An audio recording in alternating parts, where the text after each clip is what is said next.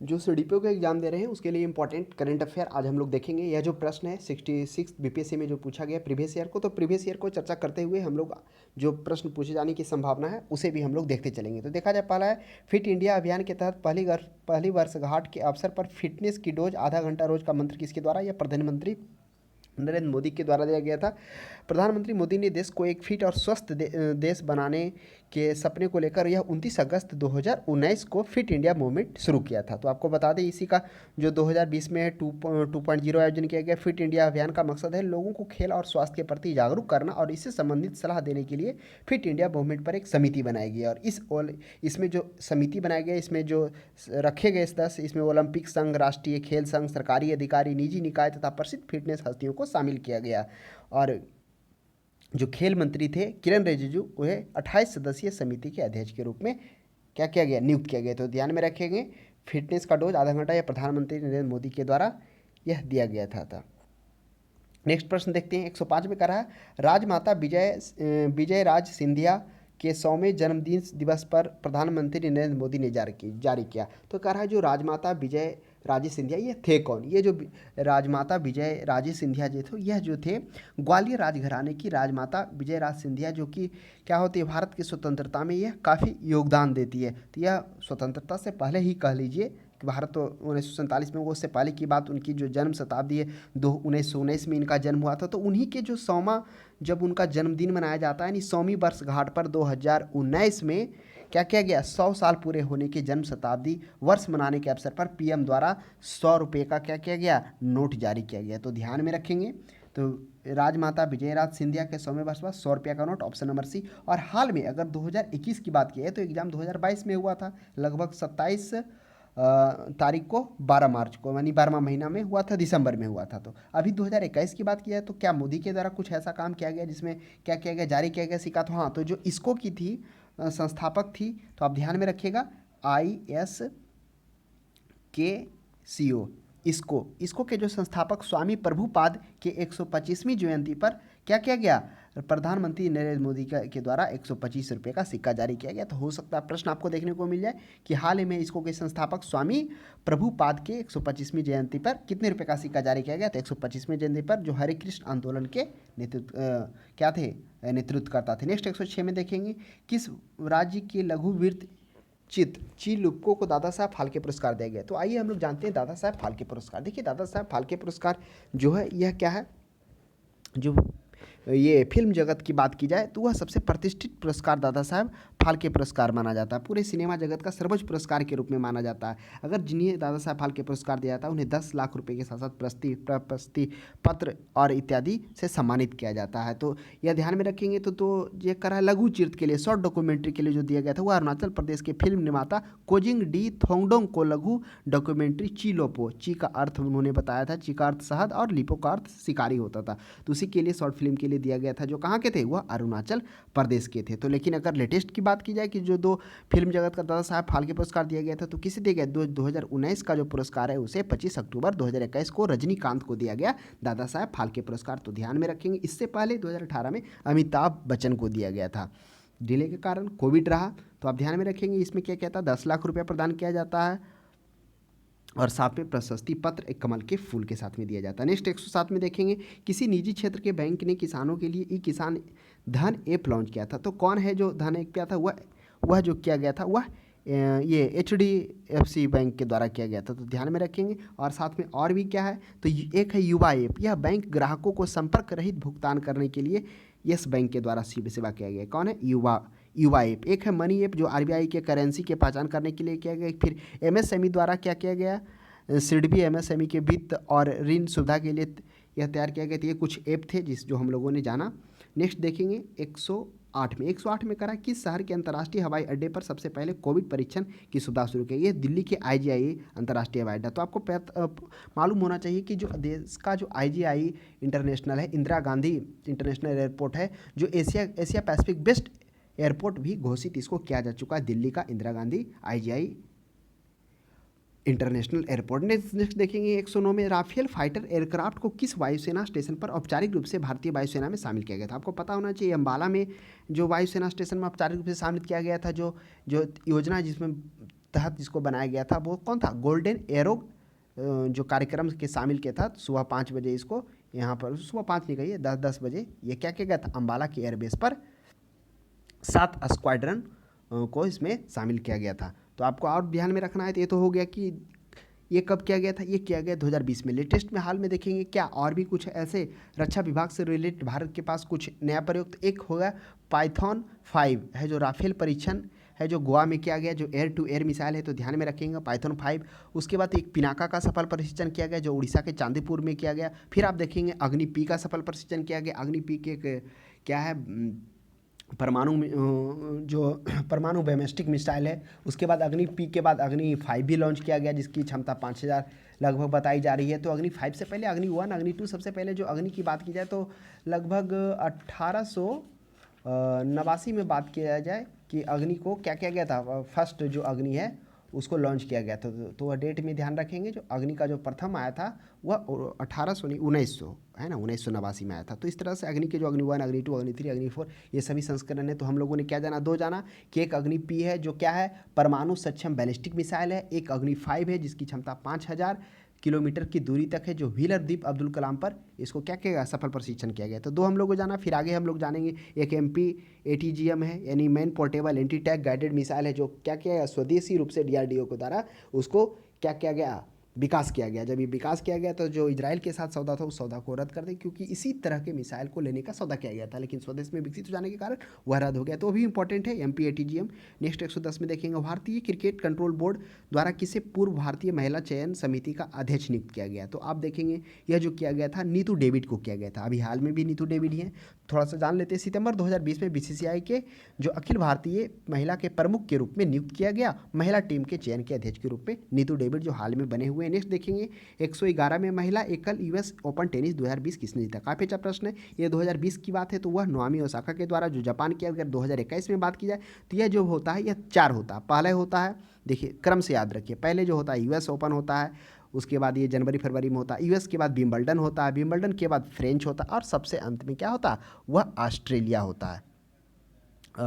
नहीं, ऑस्ट्रेलिया सबसे अंत में नहीं होता। पहले US हो गया, विंबलडन हो गया, उसके बाद क्या हो गया, विंबलडन के बाद ऑस्ट्रेलिया हो गया और लास्ट में फ्रेंच होता है ना। तो ये बात को क्रम से ध्यान में रखेंगे। तो US ओपन सबसे पहले जो हुआ उसमें महिला में कौन जीती, तो जो US ओपन में महिला में जीतने वाली है वो है एम्मा रादुकोन जो ब्रिटेन की है। उसके बाद विंबलडन की बात की तो विंबलडन में किसने जीता महिला एकल में, तो वह जीतने वाली एशली बार्टी जो ऑस्ट्रेलिया की है। अब आता है विंबलडन के बाद बारी आती है ऑस्ट्रेलिया ओपन की। तो ऑस्ट्रेलिया ओपन को कौन जीतने वाली है, वह जीतने वाली है नाओमी ओसाका। वही नाओमी ओसाका जो इससे पहले US क्या जीती थी, 2021 की बात की जाए 2020 में वह जीती थी US ओपन। लेकिन अभी नाओमी ओसाका कौन जो की ऑस्ट्रेलिया ओपन। सबसे लास्ट में फ्रेंच में बात की जाए तो फ्रेंच जो जीती है वह कौन है, वह बारबोरा है वोमेन में जो चेक गणराज्य की है। तो इस तरह से हम लोगों ने क्या देखा कि US देखा, विंबलडन देखा, उसके बाद ऑस्ट्रेलियन देखा और उसके बाद फ्रेंच देखा। ये देखा तो हम लोग वोमेन का। अब मैन की भी बात कर लेते हैं। मैन में एकल जीतने वाले कौन है US ओपन में, वह है डेनी मेदवेदेव। ये कहाँ के, ये रूस के हैं। उसके बाद बात की जाए कि विंबलडन के बाद US के बाद विंबलडन में आ जाए, विंबलडन में नोवाक जोकोविच। फिर आ जाइए फ्रेंच में भी नोवाक, ऑस्ट्रेलियन में भी नोवाक जोकोविच। फ्रेंच में आ जाइए तो फ्रेंच में भी नोवाक जोकोविच। तो ये तीनों तो याद रखना आसान है। तो महिला ही प्रोबेबिलिटी पूछने का ज़्यादा है तो ध्यान में रखेंगे। नेक्स्ट देखेंगे 112 में 4 अक्टूबर 2020 को आयोजित लंदन मैराथन में प्रथम स्थान रहने वाला थी। जो लंदन मैराथन 2020 में हुआ था उसमें जो प्रथम स्थान वह रहा था वह कौन रहा था, तो वह रहा था सूरा किटाटा। सूरा किटाटा इथोपियन की है और जो हराई थी वह इलियूड किचोचोप को हरा कर रही थी। तो इसका आंसर हो जाएगा सूरा किटाटा। और आपको ये ध्यान में रखना होगा जो उपविजेता यानी जो हारा था जो कौन था, एलियूड किपचोंग। यह कहाँ का था, यह केनिया का था। और उसके बाद जो बात की जाए व्हीलर चिप पुरुष में, एक तो हो गया ये मैराथन में हो गया, व्हीलर चिप में एथलीट में वह ब्रेंट लैका टोस रहा था, तो वह भी ध्यान में रखेंगे। और महिला में निकिता डेन बोर रही थी। कौन, ये आयोजित लंदन मैराथन में, तो यह भी ध्यान में रखना है। नेक्स्ट देखेंगे 111 में 113 में 15 अगस्त 2020 को MS धोनी के साथ किस भारतीय क्रिकेट खिलाड़ी ने अंतर्राष्ट्रीय क्रिकेट से संन्यास की घोषणा की थी, तो आपको पता होना चाहिए यह सुरेश रैना किया था। तो जो अंतर्राष्ट्रीय क्रिकेट से वह 15 अगस्त को धोनी और रैना एक साथ क्या करता है, अंतर्राष्ट्रीय संन्यास। हरभजन सिंह की बात की जाए तो यह 23 दिसंबर 2021 को यह संन्यास की घोषणा करते हैं। 14 में बात किया हाल ही में किस नेशनल स्कूल ऑफ ड्रामा का अध्यक्ष नियुक्त किया गया। तो किसे नहीं, देखिए नेशनल स्कूल ऑफ ड्रामा क्या है इसे बारे में जानेंगे। नेशनल स्कूल ऑफ ड्रामा जो है यह जो नेशनल राष्ट्रीय स्कूल है NSD नई दिल्ली में स्थापित है। भारत में स्थित यह एक थिएटर प्रशिक्षण संस्था है जहाँ पर नाट्य प्रशिक्षण दिया जाता है। और क्या होता है इसके बारे में बात की जाए तो इसका सबसे पहले यह जो संगठन है यह एक स्वायत्त संस्था है। सबसे पहले इसका गठन 1959 ईस्वी में होता है। संगीत नाटक अकादमी द्वारा इसको स्थापित किया जाता है 1959 ईस्वी में, जब वह स्वायत्त संस्था नहीं थी। लेकिन 1975 ईस्वी में क्या हो जाती है, यह स्वायत्त संस्था बन जाती है। और इसके जो अध्यक्ष होते हैं परवेश राव, किधर हैं परवेश रावल होते हैं, तो अध्यक्ष बनते हैं, अभी भी वर्तमान में ही है। और बात की जाए निदेशक सुरेश शर्मा भी प्रेजेंट में बने हुए हैं। तो यही है संगीत नाटक पुरस्कार जो संगीत, नृत्य, रंगमंच और परंपरागत कलाओं की में विशिष्टता के लिए दिया जाता है। तो 2018 में जो मिला था, 2018 का जो घोषणा हुआ उसको मिला था 2019 में मिला था। तो ध्यान में रखेंगे, इसमें 1 लाख की राशि प्रदान की जाती है। तो यह हो जाएगा परवेश रावल। और जो सचिव कौन थे, सचिव हम लोगों ने देखा सुरेश शर्मा के रूप में। निदेशक कहिए, सचिव नहीं निदेशक। नेक्स्ट देखिए 115 में रक्षा अनुसंधान एवं विकास संगठन का प्रमुख कौन है। तो रक्षा अनुसंधान एवं विकास संगठन यानी DRDO के जो अभी प्रमुख है वह क्या है, जी सतीश रेड्डी हैं। तो आपको यह मालूम होना चाहिए। अभी हम लोग चर्चा किए कि कुछ रक्षा के क्षेत्र में भारत के द्वारा जो विकास किया गया, जिसमें हम लोगों ने जाना DRDO के द्वारा क्या ये किया गया था, सतह से सतह पर मार करने वाला आकाश NG भी इस क्या किया गया, विकसित किया गया, जो सतह से सतह पर वार करता है। उसके बाद बात की जाए सफल प्रशिक्षण किया गया, कहाँ किया गया, उड़ीसा में किया गया 21 में। फिर DRDO को कम वजन वाली मानव संचालित anti tank guided missile MPATGM भी किया गया। MPATGM स्वदेश रूप से विकसित है man portable anti tank guided missile. तो इसके विकास से हमने देखा कि जो इजराइल के साथ इसी तरह का जो है लेने का एक सौदा था, मतलब इसी तरह का मिसाइल खरीदने का, लेकिन स्वदेश में विकसित हो जाने के बाद वह सौदा रद्द कर दिया गया। तो थोड़ा इंपॉर्टेंट है, पूछने की संभावना है। उसके बाद सुपरसोनिक ब्रह्मोस मिसाइल भी क्या किया गया, DRDO के द्वारा विकसित किया गया, जिसका सफल प्रशिक्षण 2022 में जनवरी में किया गया था। तो यह भी ध्यान में रखेंगे। 115 के बाद 116 में हम लोग आते हैं। 116 में कह रहा है किस विषय पर डॉक्टर बुशरा अतीक और डॉक्टर रितेश अग्रवाल को शांति स्वरूप भटनागर पुरस्कार 2020 के लिए चुना गया। काफ़ी अच्छा प्रश्न है।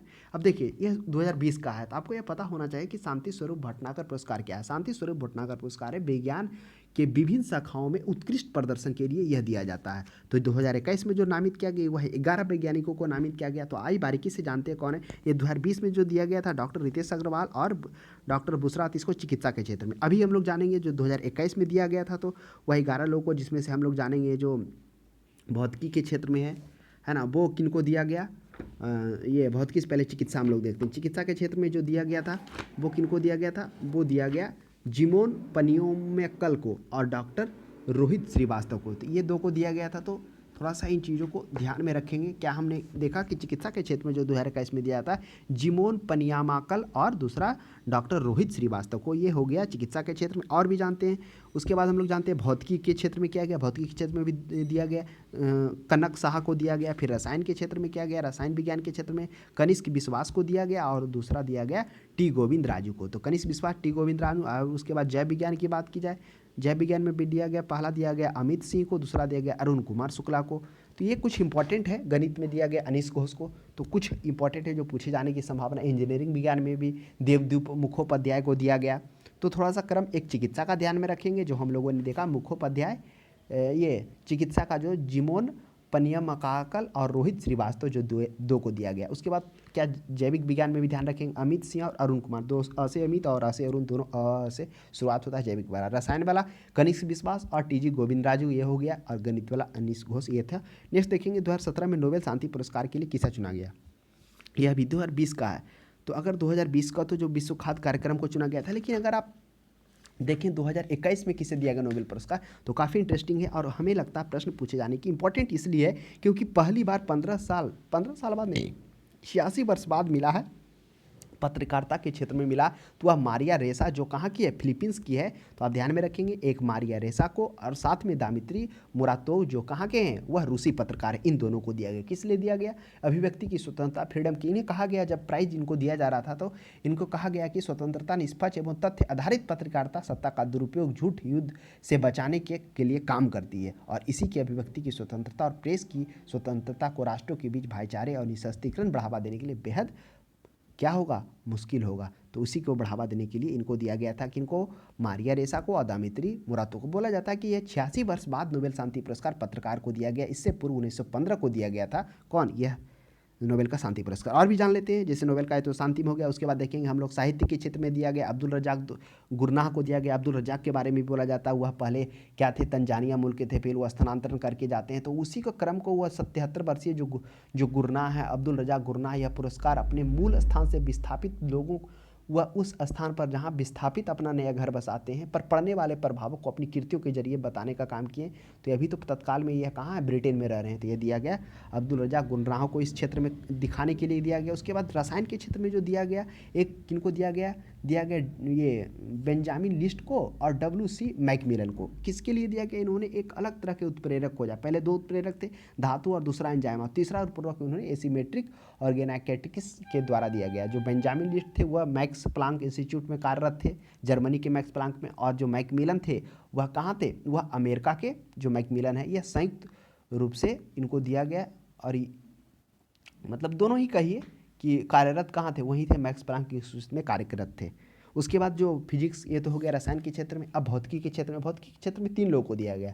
आप शॉर्टकट में याद रखेंगे, पूरा नाम नहीं बताते। एक प्रोफेसर मनाबे को दिया गया और हैसलमैन को दिया गया, दोनों को एक साथ। आधा राशि इनको दिया गया क्योंकि इन दोनों ने ग्लोबल वार्मिंग के पूर्वानुमान परिवर्तन इस पर बात किया। और जो एक साथ में और थे पारसी, जियो पारसी को दिया गया। तो आधा पैसा किनको दिया गया, मनाबे और हैसलमैन को, और जियार्जो पारसी को इसलिए दिया गया क्योंकि उन्होंने क्या क्या परमाणु की गतिविधियों से ग्रह के चुंबकीय व्यवहार में परिवर्तन के अध्ययन को दिया था। उसके बाद ये तो हम फिजिक्स भी, रसायन भी देख लिया, फिजिक्स भी देख लिया, साहित्य भी देख लिया। अब बचा चिकित्सा।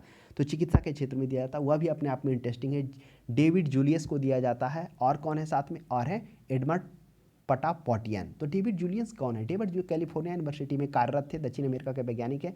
और इसमें जो यह रहते हैं कौन, एडर्न पटापोटियन जो रहते हैं, यह भी कैलिफोर्निया के क्रिप्स रिसर्च इंस्टीट्यूट में कार्यरत है। इन्होंने एक तरह के खोज किया, क्या खोज किया, इन्होंने बताया कि किस तरह से दाब व ताप हमारी त्वचा ही अनुभव करती है, इस बात पर। यानी एक तरह के उन्होंने ताप और स्पर्श के लिए रिसेप्टर की खोज किया, जिसके लिए उन्होंने बताया कि वह रिसेप्टर हमारा त्वचा ही है। जो त्वचा में स्पर्श को समझ लेने की यह खूबी कहाँ से आती है, इस रहस्यमय गुत्थी को सुलझाने के लिए उपर्युक्त दोनों वैज्ञानिकों को फिजियोलॉजिकल चिकित्सा के क्षेत्र में नोबेल पुरस्कार दिया गया। किनको किनको दिया गया, डेविड जूलियस को और डेविड पटापोटियन को। तो आशा करते हैं आपको नोबेल से रिलेटेड 2021 में जो दिया गया वो आपको क्लियर हो गया।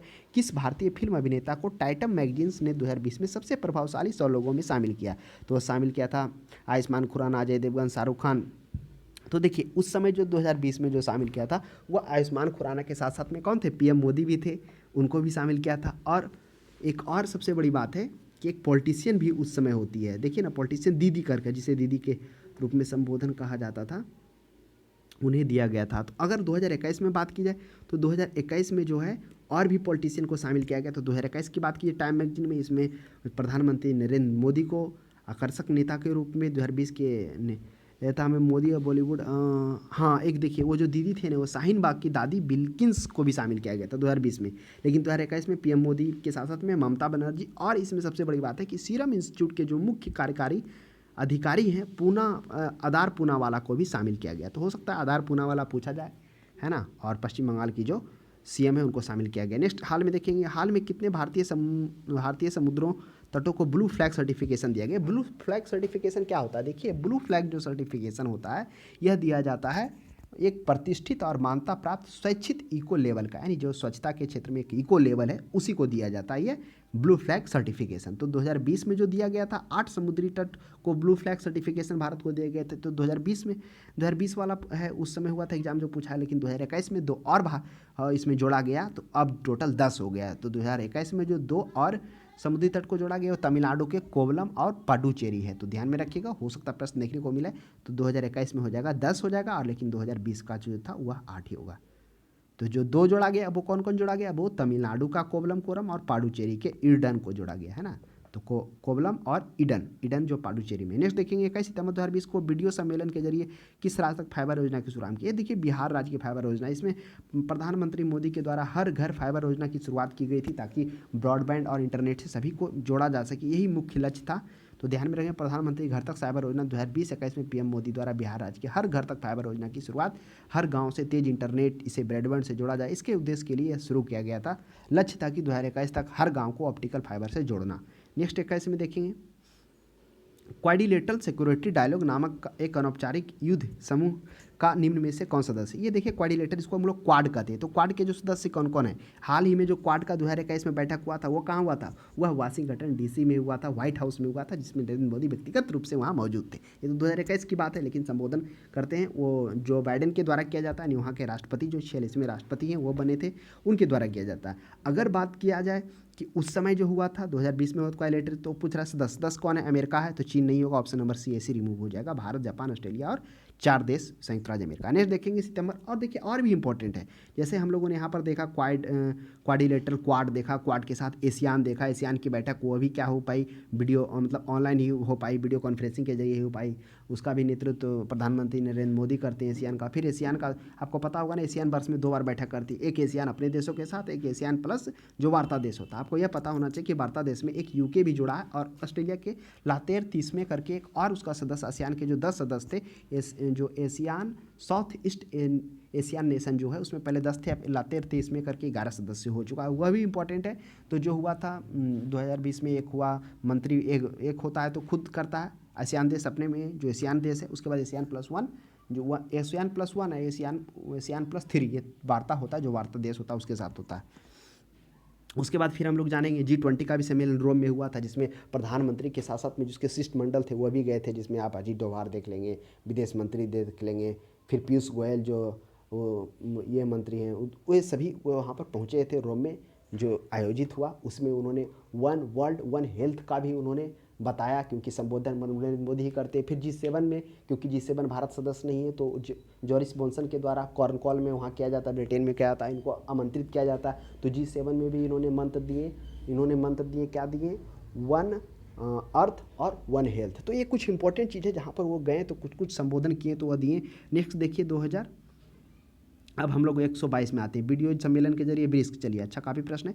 वीडियो सम्मेलन के जरिए के माध्यम से ब्रिक्स के संस्कृति मंत्रियों की 5वीं बैठक में कितने भारतीय दृष्टिकोण का प्रतिनिधित्व किया। जो देखिए ब्रिक्स का जो होता है 2 होता है, एक होता है राष्ट्रीय अध्यक्ष का और एक सांस्कृतिक मंत्रियों को। तो सांस्कृतिक मंत्री उस समय क्या कौन थे, यह थे प्रहलाद सिंह पटेल, इन्हीं के द्वारा किया गया। और जो 21 में किया गया इन्हीं के द्वारा, ये प्रहलाद सिंह पटेल के द्वारा किया जाता। तो आप ध्यान में रखेंगे ब्रिक्स। और जो ब्रिक्स की हाल में बात की जाए तो ब्रिक्स का जो बैठक हाल में हुआ है, यह भी क्या होता है, मतलब 2022 में भी, ये 22 तो 2000 चीन में प्रस्तावित होने वाला, लेकिन 21 में भारत ही मेजबानी करता, ऑनलाइन ही संपन्न होता है ब्रिक्स वाला सम्मेलन। तो ये ध्यान में रखेंगे। तो ये ब्रिक्स के बारे में थोड़ा जानते हैं। पहले इसमें 4 देश था, लेकिन 2011 में क्या हो गया, इसमें अफ्रीका भी सम्मिलित हो गया। जब अफ्रीका सम्मिलित, साउथ अफ्रीका सम्मिलित हो गया, तब यह हो गया 4 नहीं 5 देश ब्रिक्स में हो गया।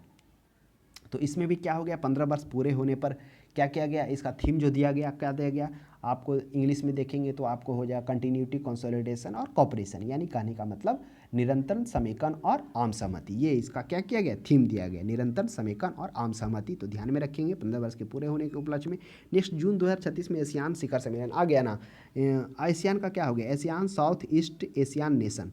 तो ASEAN south east Asian nation शिखर सम्मेलन, जिसमें 10 सदस्य हैं, लेकिन हम लोगों ने जाना कि एक 11वां सदस्य को भी शामिल किया गया। वो कौन है, वह है तिमोर लेस्ते। और उसके बाद वार्ता सदस्य, इसके साथ वार्ता सदस्य भी कुछ हैं, पहले 10 थे लेकिन यूके के साथ 12 हो गया। तो ये वर्ष में 2 बार आयोजन करता है शिखर सम्मेलन, एक करता है अपने देशों के साथ और एक सदस्य वाली वार्ता देशों के साथ।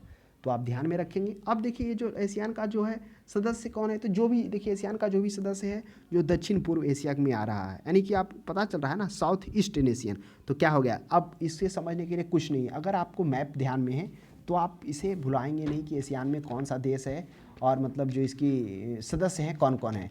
तो आप थाईलैंड से स्टार्ट करिए और थाईलैंड के बगल से होते हुए जितना भी मैप है बस आप क्रम से उसे बोलते चल जाइए। तो थाईलैंड के ऊपर जाइएगा तो पहले हो जाएगा म्यांमार हो जाएगा, म्यांमार के नीचे आ जाइए थाईलैंड हो गया, उसके बाद वियतनाम हो गया, वियतनाम के बाद कंबोडिया हो गया, लाओस हो गया, 5 तो इधर हो गया, मलेशिया हो गया, सिंगापुर हो गया, ब्रुनोई हो गया, फिलीपींस हो गया और इस तरह से टोटल 10 देश इधर हो गए।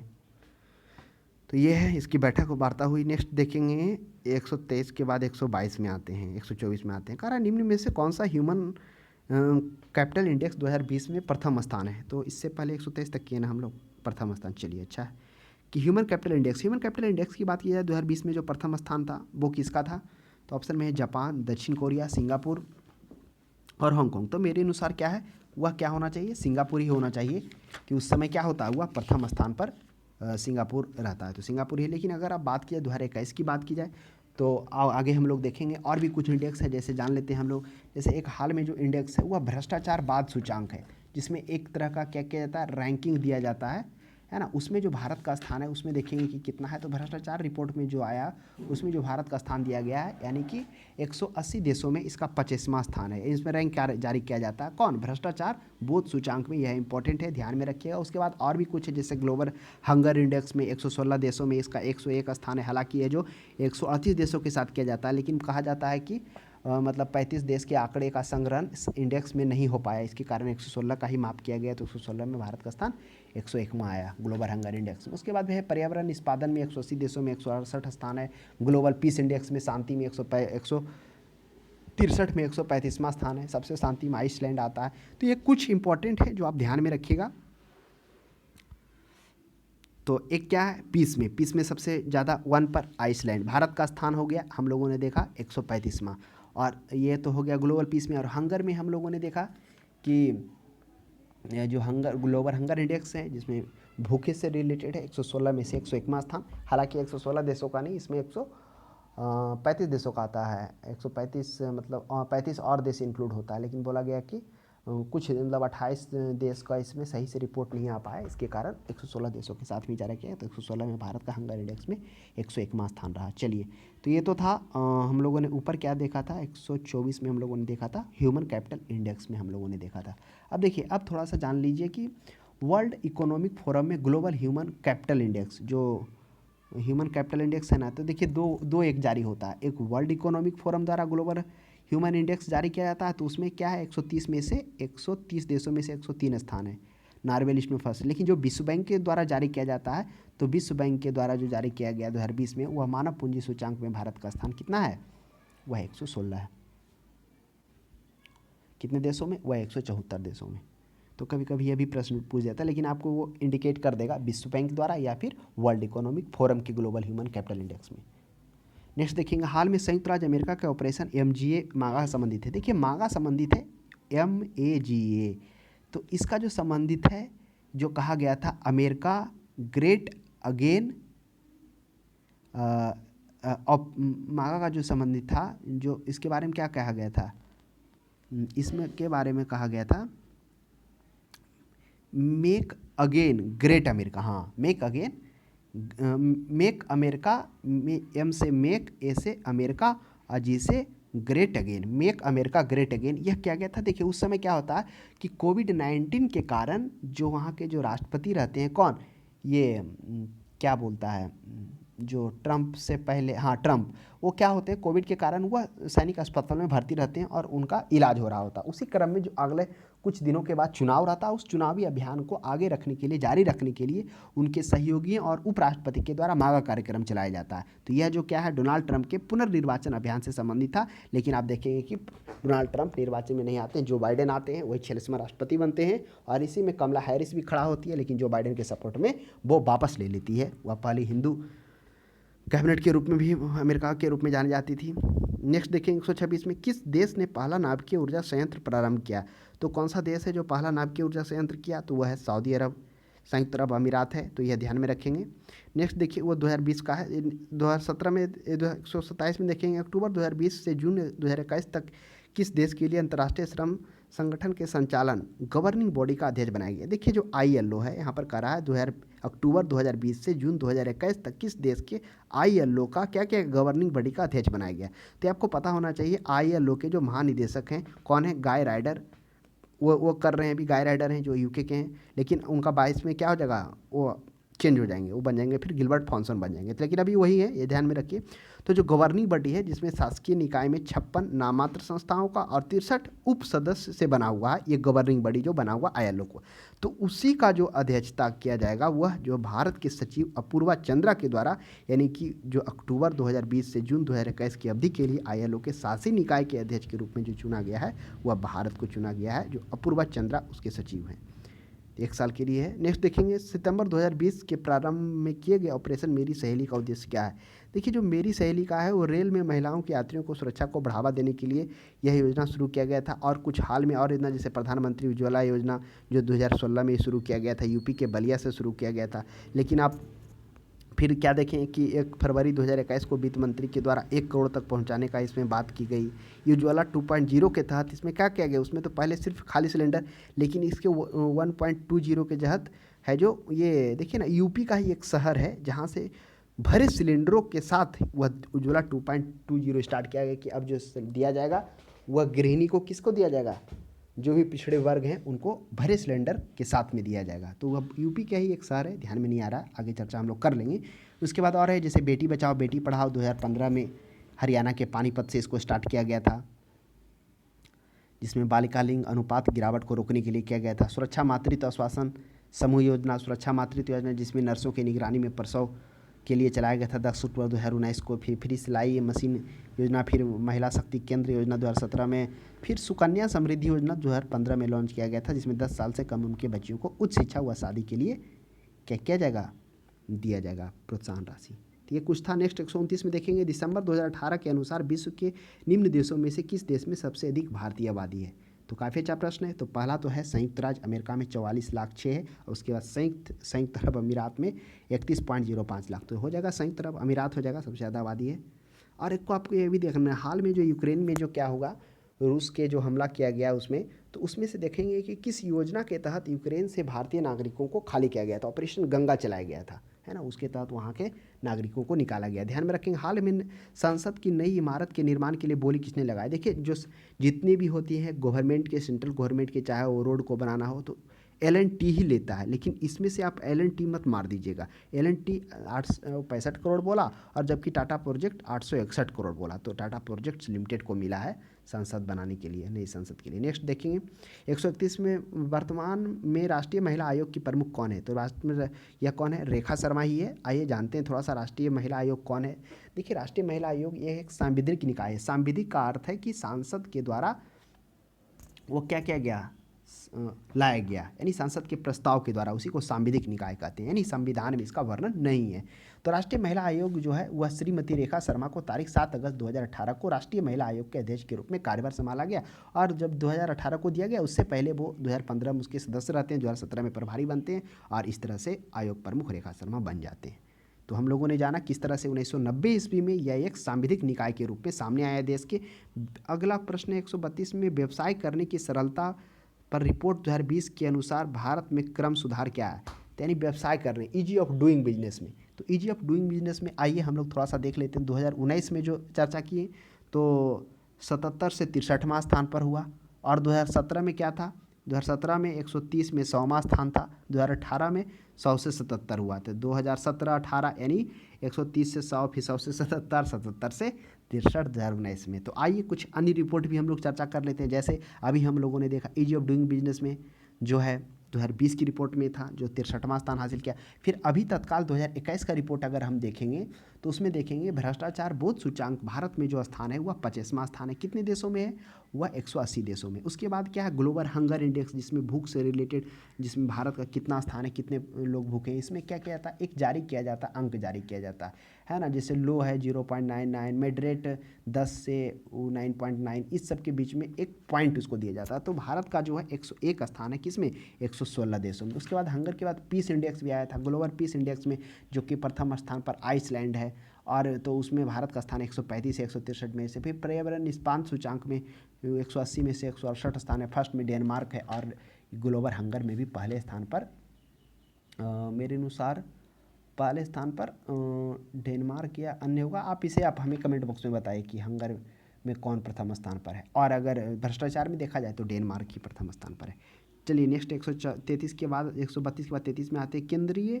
भारत का केंद्रीय बजट में संस्थागत कृषि साख का प्रभाव बढ़ाने के लिए 20-21 का साख लिया। देखिए 20-21 का तो 10 करोड़ था, लेकिन 21-22 का जो लक्ष्य हुआ 16.5 करोड़ कर दिया गया है, तो यह भी ध्यान में रखेंगे। नेक्स्ट देखेंगे पीएम कुसुम योजना का उद्देश्य क्या है। देखिए पीएम कुसुम योजना है क्या, यह है किसानों को डीजल और केरोसिन की निर्भरता को समाप्त करना तथा पंप सेटों से सौर ऊर्जा जोड़ना। तो ये मुख्य रूप से है भारत के कृषकों के लिए पीएम किसान योजना, पीएम कुसुम योजना 2021 का है, जिसमें किसानों को मुफ्त में बिजली उपलब्ध करवाना तथा इस योजना के तहत किसानों को सिंचाई के लिए सोलर पैनल की सुविधा प्रदान करना। इसमें जो प्रोजेक्ट है जिसमें कहा गया है कि जो 60% केंद्र देगा, 30% बैंक आपको ऋण देगी और 10% स्वयं किसान को लगाना पड़ेगा। इस तरीके से तरीका ये आपको मिलेगा सरकार से, कॉर्पोरेट यानी हेल्प के रूप में आपको इस तरह से मदद की जाएगी आपको कुसुम योजना के तहत। नेक्स्ट देख लिए निम्न में से भारत का कौन व्यापारिक बैंक विश्व के सर्वश्रेष्ठ 100 बैंकों में से, तो स्टेट बैंक ऑफ इंडिया है जो 55वें स्थान पर है 100 विश्व के प्रमुख बैंकों में। 136 में देखिए 2020-21 में नई योजना निर्भीक की घोषित की गई। देखिए निर्भीक क्या है, निर्भीक निर्यात क्षेत्र से, ये निर्भीक है। अब ये निर्यात का क्या अर्थ है आप याद करिए, जब इकोनॉमिक्स में हम लोग क्लास किए थे तो वहाँ भी चर्चा किए थे। तो किस प्रकार से ECGC द्वारा क्या किया गया था, ECGC का अर्थ होता है एक्सपोर्ट क्रेडिट ग्रांटेड कॉर्पोरेशन, जो निर्यातकों को वस्तुओं और सेवाओं में निर्यात में होने वाले नुकसान के खिलाफ कई तरह के जोखिम बीमा देता है, वही ECGC है। यानी एक तरह से कहिए कि जो निर्यात के लिए जो बीमा देता है वही है ECGC। इस किस तरह से हम लोगों ने देखा, क्या शुरुआती में जब इसका गठन हुआ था क्या ECGC ही था, यानी एक्सपोर्ट क्रेडिट गारंटी कॉर्पोरेशन? नहीं, जब इसकी स्टार्ट किया जाता है इसको तो ERIC यानी एक्सपोर्ट रिस्क इंश्योरेंस कॉर्पोरेशन के रूप में 1957 ईस्वी में इसको क्या किया जाता है, स्टार्ट किया जाता है। फिर 1964 ईस्वी में EC&GC कर दिया जाता है, 1983 में ECGC कर दिया जाता है, एक्सपोर्ट रिस्क इंश्योरेंस कॉर्पोरेशन के स्थान पर उसको बदल दिया जाता है। तो किस तरह से हम लोगों ने देखा ERIC जो क्या था, एक्सपोर्ट रिस्क इंश्योरेंस कॉर्पोरेशन के रूप में तो 1957 में गठन किया जाता है, और फिर इसका नाम बदलकर EC&GC यानी export credit and guarantee corporate किया था, लेकिन फिर उसमें एंड भी हटाकर 1983 में एक्सपोर्ट क्रेडिट गारंटी कॉर्पोरेशन के रूप में किया जाता है, जो निर्यात के क्षेत्र में बढ़ावा देने के लिए है। नेक्स्ट देखते हैं इजराइल को शांति समझौता करने वाला पहला अरब देश कौन है। तो इजराइल के साथ शांति का पहला मिस्र है। आपको बता दें कि अरब देशों और इजराइल के संबंध इतने खराब थे कि 1969 ईस्वी में मिस्र के इजराइल समझौते पर साइन करने वाला पहला देश बना। उसके बाद जॉर्डन बना दूसरा देश, और हाल में जो चर्चा में है ओमान के साथ चर्चा में कि ओमान भी बनने जा रहा है। सब आप देखेंगे, बस ये देखिए यहाँ पर है ना रेड सी है ना, रेड सी के इधर जाएंगे तो बन जाएगा मिर्च सी बन जाएगा, यहाँ पर यहाँ जॉर्डन आ जाएगा, यहाँ फिलिस्तीन आ जाएगा, और उसके ऊपर है लेबनान है। तो यही सब है, यहीं पर है। 137 के बाद 138 में आ जाइए। 137 के बाद हम लोग आते हैं 180 में आते हैं।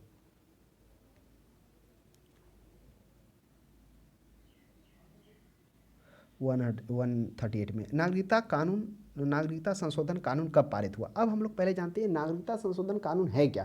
देखिए नागरिकता संशोधन कानून है जो अल्पसंख्यकों के लिए लाया गया था। यह नागरिकता संशोधन कानून 10 दिसंबर 2019 को लोकसभा में पेश किया गया, पास हुआ, और 11 दिसंबर को राज्यसभा में पारित किया गया, और 12 दिसंबर को राष्ट्रपति के द्वारा इसको स्वीकृति प्रदान की गई। इसमें कहा गया था कि जो 2014 से पहले जो भी अल्पसंख्यक है, अल्पसंख्यक में कौन, सिर्फ बौद्ध, जैन, ईसाई और पारसी, ये लोग हैं जो अफ़गानिस्तान में, बांग्लादेश में, पाकिस्तान में क्या कह रहे हैं, इन देशों से आकर भारत में 2014 से पहले बस गए, इनको नागरिकता देने के संबंध में। यानी इसमें मुस्लिम को नहीं रखा गया। तो हो सकता है प्रश्न आपसे पूछ दिया कि नागरिकता संशोधन अधिनियम में किन किन समुदायों को शामिल किया गया। तो एक में आपको मुस्लिम भी दे दे, तो आपको यह ध्यान में रखना अल्पसंख्यक में मुस्लिम को नहीं शामिल किया गया, सिर्फ बौद्ध, जैन, पारसी, ईसाई को रखा गया, जो 2014 से पहले कौन कौन देश से, पाकिस्तान से, अफगानिस्तान से, बांग्लादेश से आकर भारत में बस गए हों।